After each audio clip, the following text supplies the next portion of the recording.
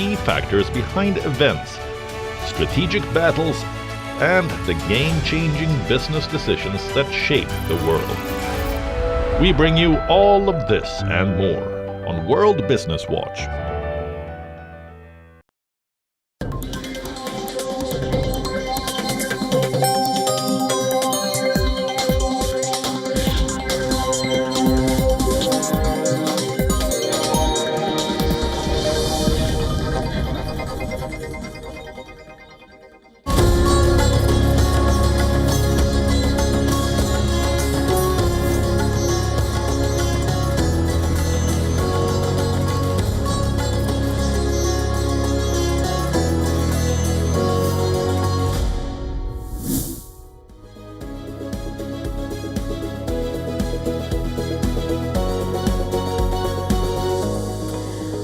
Hello, you're watching Race to Power. I'm Shreya Upadhyay. A very happy Republic Day to all the Indians across the world. On the show today, a deeper look at what has been happening in Minnesota. Remember, President Donald Trump and his colleagues remain seemingly unmoved by the fatal ICE shootings. While Minnesota becomes a hotbed of confrontation, the White House refuses to withdraw what it calls Operation Metro Surge.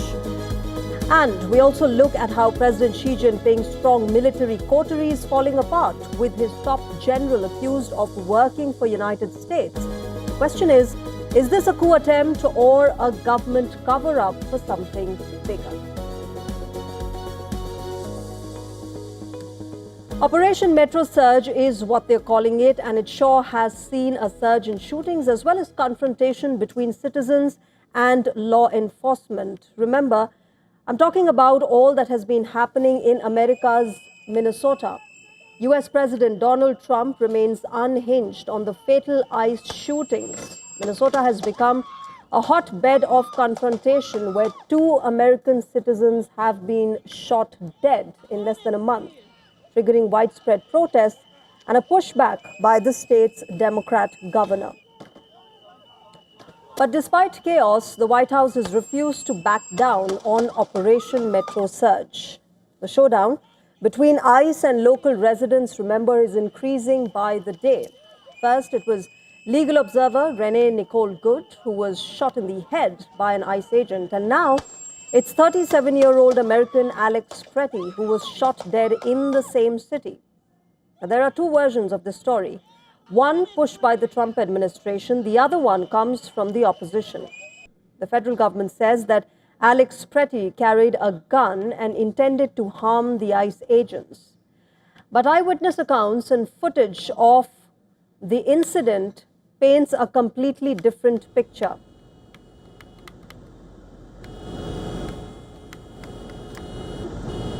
Yeah, unroll your windows.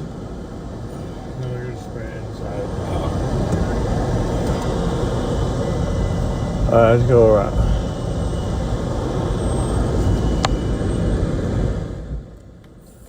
Now remember, Pretty cannot be seen approaching to take out his weapon. In fact, ICE agents unloaded 10 rounds on him seconds after spraying chemical irritant to his face. US law allows federal agents to use deadly force, but this applies for self-defense against a threat posed by the aggressor. When Alex Pretty was shot, he was surrounded by ICE agents who were already making efforts to control him. This incident has reignited the political blame game between the Trump administration and the state government headed by Democrat Governor Tim Walz. Donald Trump has pinned the blame for the killings on Democrats. In a post in his Truth Social network, the US president claimed that Democrat-run cities and states are refusing to cooperate with ICE. Trump, in fact, blamed Democrats of stoking the flames of division, chaos, and violence.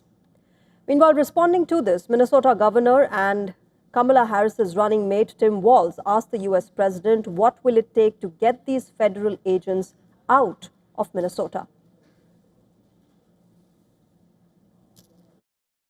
So now we've got 2 Minnesotans dead.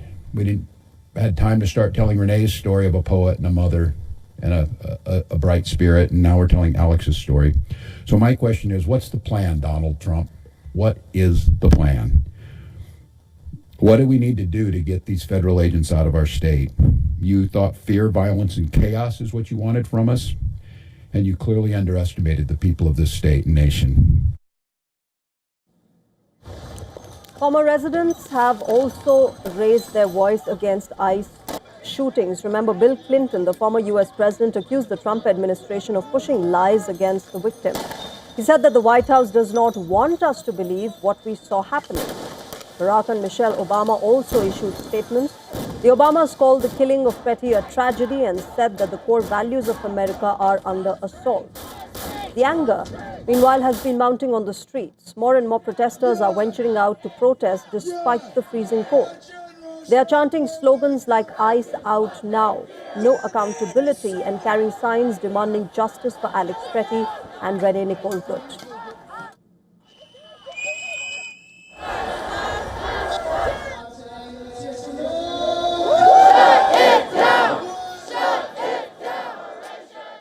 And for more on this, our correspondent Susan Tehrani is joining us live on the broadcast from New York. Susan, these are concerning times for the people of Minnesota. There has been confrontation going on since the last few weeks.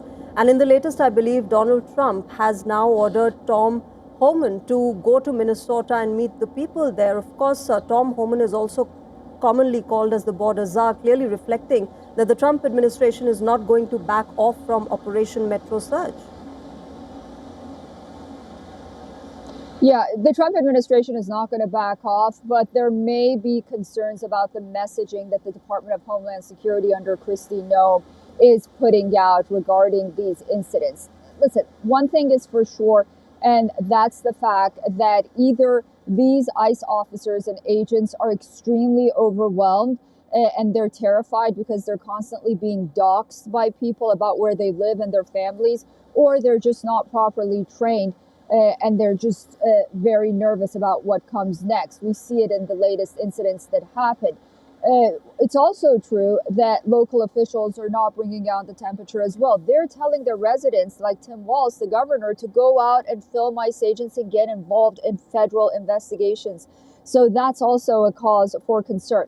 But nonetheless, it does appear that the president wants to put the focus back on the massive fraud by the Somalian community in Minnesota and take the cameras and the coverage off what's happening between the demonstrators and ICE. That's not going to work. Someone has to bring down the temperature.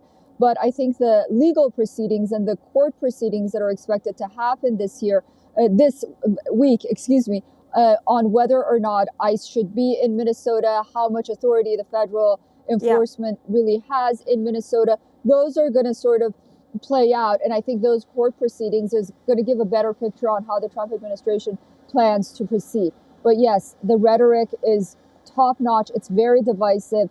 And it doesn't seem that the temperature is coming down anytime soon. All right, Susan, thanks very much for getting us the latest. I'll keep coming back to you for more from Minnesota. Right now, of course, let's shift our focus now and talk about what has been happening in China. Remember, President Xi Jinping's ironclad rule in China is once again in focus. In fact, it is being questioned by many now, as his military purge against one of his own top military generals reveals the cracks within the top leadership of the CCP. General Zhang Yuxia is in the eye of the storm. He's facing accusations of treason, undermining Xi's authority, and corruption.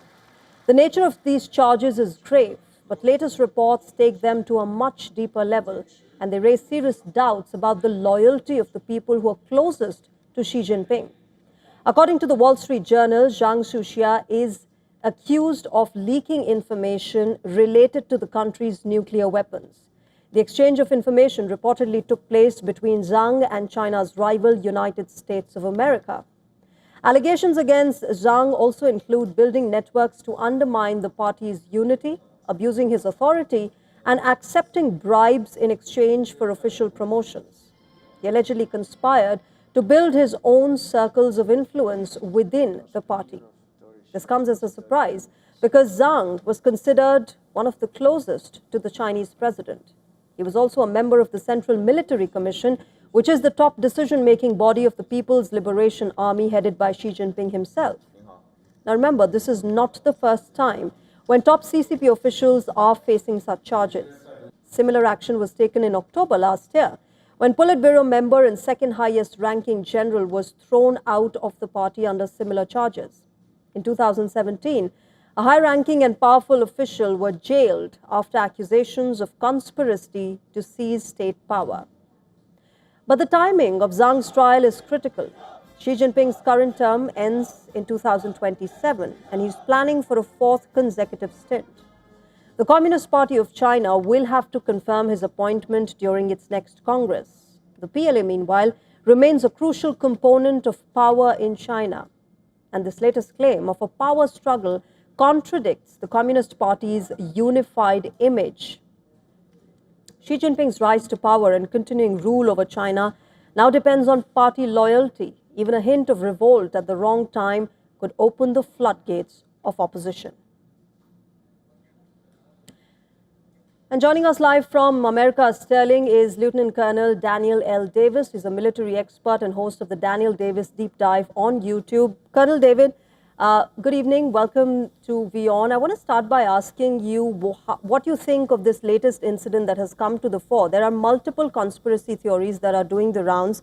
One of them is that perhaps this was an attempted coup on Xi Jinping. Do you believe that, or do you think that it is a big cover-up on part of Xi Jinping and the Chinese government for something bigger? Well, it's hard to imagine anything bigger than a potential coup, but I doubt that very seriously, just because it is incredibly difficult to do. And I think that if there had been an attempted coup, I think you'd have seen a lot more action, certainly more than just a couple of figures. I think it would have been a much more broader. It would have been a big dragnet. They would have seized anybody that they thought was even possibly involved with that. And so far, we haven't seen that. One of the things I think that we need to consider is what's actually stated at first. It seems like most people in the West are just dismissing the possibility this could be as it was projected, which was corruption at the highest levels, and that Xi Jinping has said, this is not something I'm going to tolerate. And for the last 2.5 years, he has not hesitated to take down even close people to him if they have been accused of corruption, because he wants to have something at the top. That could be certainly part of it. Now, there's one other thing that I think is also something that needs to be examined. And because a lot of these guys are old, Frank. This guy, Zhang, was 75 years old. One of the deputies was 61. This guy had combat experience back in the Revolutionary War, back in the 1949 time frame. And it could be that he's saying to Xi Jinping, look, we got to get ready for a modern war. We know for sure that that's one of their stated claims, that they're trying to move to more young people, more modern ideas, and looking at the Russia-Ukraine war. So I think that this could be maybe to get some of these older guys out of the way. Okay. And, just the fact that they have accused General Zhang of passing on nuclear military information, nuclear weapons information and secrets to United States of America. What do you make of it? These are serious charges, of course, but such serious charges just to let the old guard, move away and let the younger ones come in? I mean, we have to speculate. I've just got to say, I'm just reading the tea leaves, so to speak, because I don't have any inside information. I don't think anybody does. China is very, very famous for being very closed and tight-lipped on what's happening there. They don't get leaks like we do here in the United States on a routine basis. So we just have to interpret a lot of things. In terms of that claim, I've seen it in a lot of Western media. I don't put much stock in that. I mean, what possible motivation would the number 2 guy in China have to give nuclear secrets to the United States, which would weaken his country? I just don't see what his motivation is, even if you want to, take away the issues of whether he should or shouldn't. But what's his motivation? It just seems pretty unlikely to me that you would get somebody at that level that would do something that would almost certainly carry the death penalty if he were caught. And I don't know the game. So that could just be people just trying to make things and stir things up and make things look worse than they were. But I can't rule it out. I guess everything's possible. Absolutely. Anything is possible. But let me also understand from you, Colonel Daniel, how you look at it. The fact that any disruption or change in the PLA leadership would mean that there might be a policy change, there might be a strategy change on ground. As far as that is concerned, even if we assume that the younger ones will come in and the old guard is going out, do you see any change in that strategy, or do you think that Xi Jinping is calling the shots and he will continue to do so? I don't have any doubts that Xi Jinping is calling the shots and will definitely continue to do so. And he is tightening his control over the entire Politburo and over the military itself. because he is the head of the Central Military Commission. But we also have to keep in mind that I think we have to be careful about making too big of a deal of this. I mean, the Chinese military is millions. It's huge. And a lot of there's a ton of senior generals, and this is a handful of them. And if he is trying to consolidate power and has more loyalty among those he's going to put in place and wants to elevate others he's seen that are effective in the areas that he thinks are important, it could strengthen their military capacity, not weaken it. But again, everything depends on what happens next, and we'll have to wait and see. All right, I'll leave it there. Let's wait and watch what happens, whether we do get any clarification, whether this is the truth or as we've been speaking about, that there is a lot of speculation around it, what happens next in the few weeks, and how Xi Jinping moves forward. We'll have to wait and watch. Thank you very much for joining us at the moment on WION and sharing your perspective. Always my pleasure. Thank you. All right, moving on. U.S. President Donald Trump has lashed out over Canada's trade outreach to China. Donald Trump has threatened Canada with an additional 100% tariffs if it signs a trade deal with China, and both Canada and China are now rushing to downplay this entire significance of their recent agreement. Trump set off this new political storm after the World Economic Forum summit in Switzerland's Davos. The Canadian Prime Minister Mark Carney had won plaudits for his statements at Davos, remember, where he urged middle power nations to come together or risk being on the menu of the bigger countries. Donald Trump had expressed his displeasure at Mark Carney's statements and then decided to target the new partnership that Mark Carney had forged with the Chinese president. Trump put a post on social media where he threatened Canada with 100% tariffs. He said that this was to prevent Canada from signing a deal with China. Trump also implied that any such deal would be akin to Chinese exports getting a drop-off port or backdoor into the U.S. On Sunday last, Mark Carney had said that Ottawa had no intention of pursuing a free trade deal with Beijing. He said that the only thing agreed to do so far was the ratification of recent trade issues between Canada and China. Carney added that Ottawa would respect its commitments under the existing U.S.-Canada-Mexico trade agreement and that the deal requires every partner country to inform the others if it plans to pursue a deal with a non-market country like China.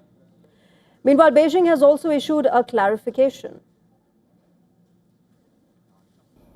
China and Canada have established a new type of strategic partnership, which includes concrete arrangements for properly addressing economic and trade issues between the two countries. It does not target any third party, conforms to the common interests of the people of the two countries, and is also conducive to world peace, stability, development, and prosperity. Earlier this month, Carney had traveled to Beijing to negotiate a new partnership with China. They secured a preliminary in-principle agreement to remove tariffs on a few key goods. Of particular note were Chinese electric vehicles and Canadian canola oil and canola meal.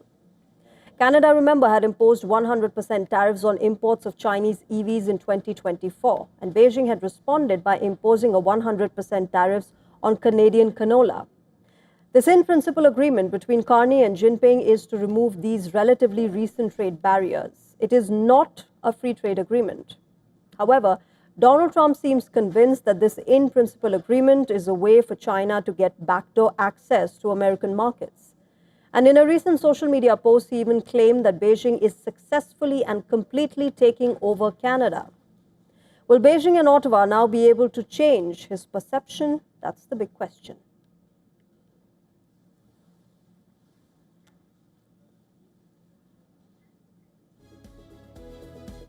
26 January is a significant day in the Australian calendar. It's a public holiday across the country, and the day is celebrated as Australia's National Day. Most Australians celebrate with fireworks, picnics, and parades.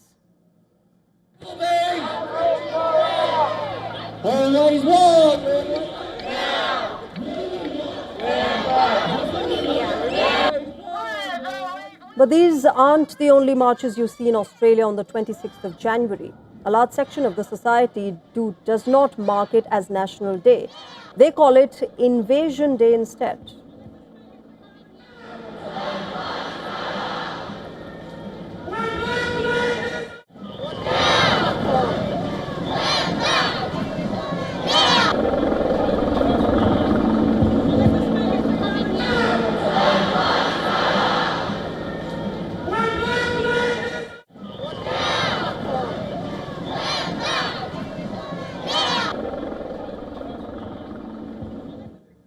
Now remember, Australia used to be a British colony, and 26th of January is celebrated as Australia's National Day because that's the day the British arrived there. The first fleet of 11 British ships arrived at Sydney Cove on the 26th of January in 1788, and this fleet carried both British colonizers as well as convicts. The UK had decided to make Australia a prison colony with no regard for the people already living there. The people, who are also known as Aboriginal Australians or the First Nations people, the British colonizers proceeded to kill most of the indigenous Australians and take over the entire continent.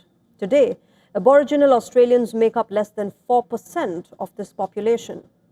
The number less than 1 million, according to the last census in 2021. And for them, 26th of January is the day the British colonizers came and began conquering their homeland, which is why they call it Invasion Day.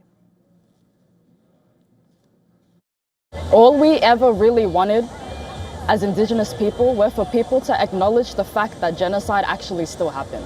Ships still came to Sydney and decided to kill so many of our people and continue traveling around Australia and kill more people. The Invasion Day commemorations have taken place for years, but this year a different protest was seen in Sydney. Hundreds of Australians marched to protest against immigration. They waved Australian flags, chanted the national anthem, and without a shred of irony, the descendants of British colonizers held up posters saying, "End mass immigration now."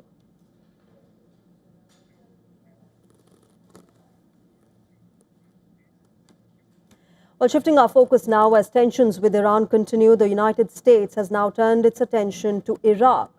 In a clear warning, the U.S. Secretary of State Marco Rubio has cautioned Iraq against forming a pro-Iranian government. Holding a telephonic conversation with Iraq's Prime Minister Mohammad Shia al-Sudani, Marco Rubio lauded the Iraqi government for expediting the transfer of ISIS terrorists to secure facilities. Rubio and al-Sudani also discussed the ongoing political deliberations within Baghdad over the government formation.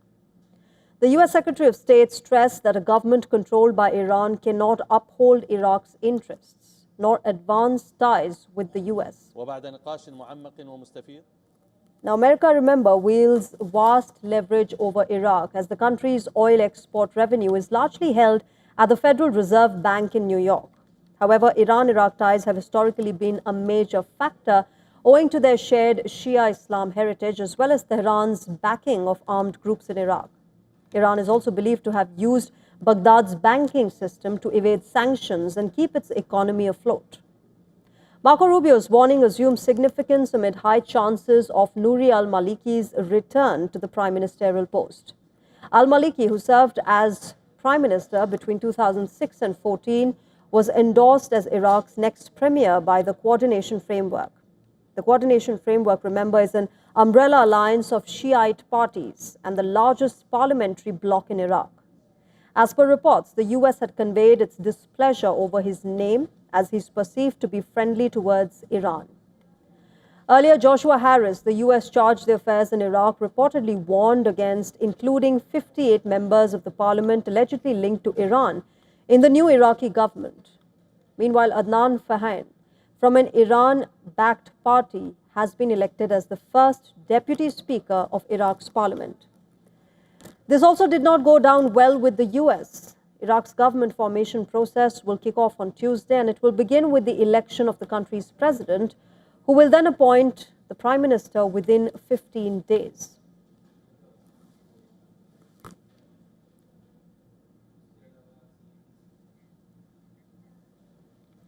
Trouble has been mounting for Israel's Prime Minister Benjamin Netanyahu. The submarine affair is back at the forefront of Israeli politics. The investigators have found that the Netanyahu government, quote, endangered state security.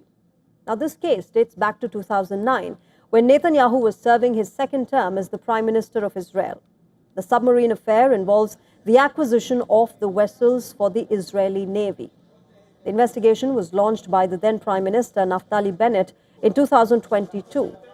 This latest bombshell findings have revealed systemic failings by the earlier Netanyahu government and the endangering of the state's security.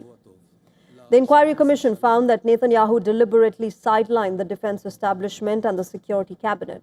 He's said to have neutralized their ability to influence decisions.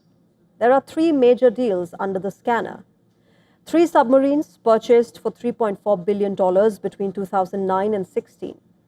4 corvettes bought for $482 million to protect the country's gas platforms. And the third, Netanyahu government giving Germany the green light to sell vessels to Egypt. Several of Prime Minister Netanyahu's close confidants and associates have been indicted for bribery and money laundering, but the Prime Minister himself is not a suspect in this criminal case. However, as soon as the commission released its findings, Israeli opposition leaders launched a series of accusations against Netanyahu. Former Prime Minister Yair Lapid said that Netanyahu handles security issues with destructive negligence. Former Defense Minister Benny Gantz demanded that a similar inquiry commission investigate the October 7th Hamas attack. Israel, remember, is heading to elections later this year, and Benjamin Netanyahu is planning a rerun for the prime ministerial office. But corruption cases and series of probe against him could make the path to power far more difficult.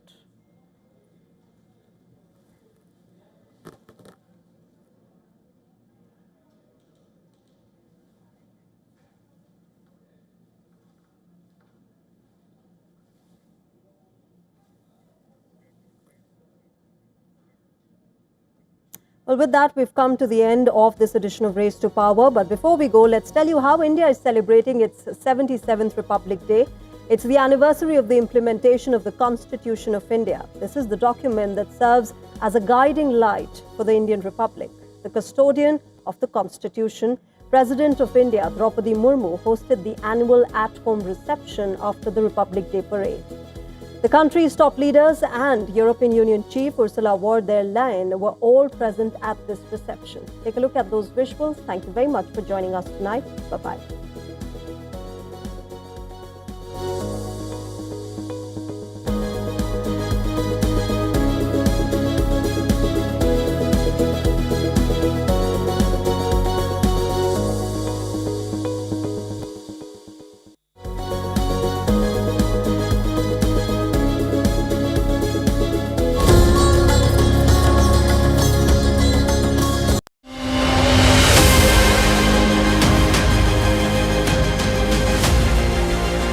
And welcome to a brand new edition of South India, a daily dynamic show that will capture the pulse of southern states. By blending the special stories, the breaking alerts, and the culture developments as well. From the Himalayas.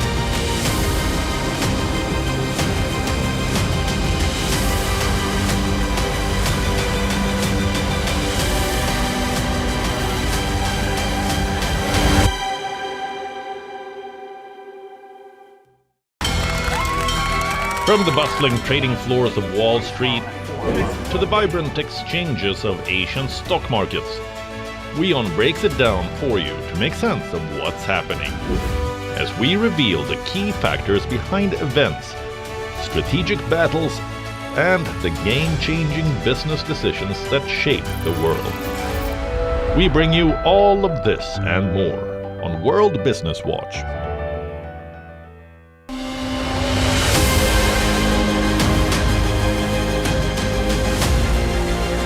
And welcome to a brand new edition of South India, a daily dynamic show that will capture the pulse of southern states. By blending the special stories, the breaking alerts, and the culture developments as well. From the Himalayas.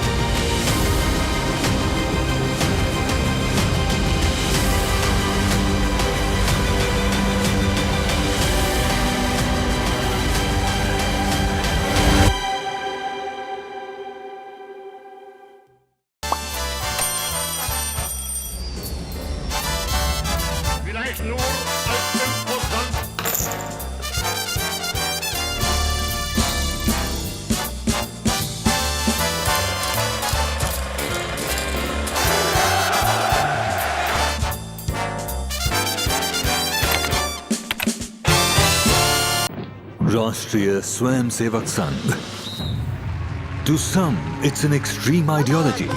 To others, it's the very soul of India. To some, it's rebellion. To others, it's a principle of nation building.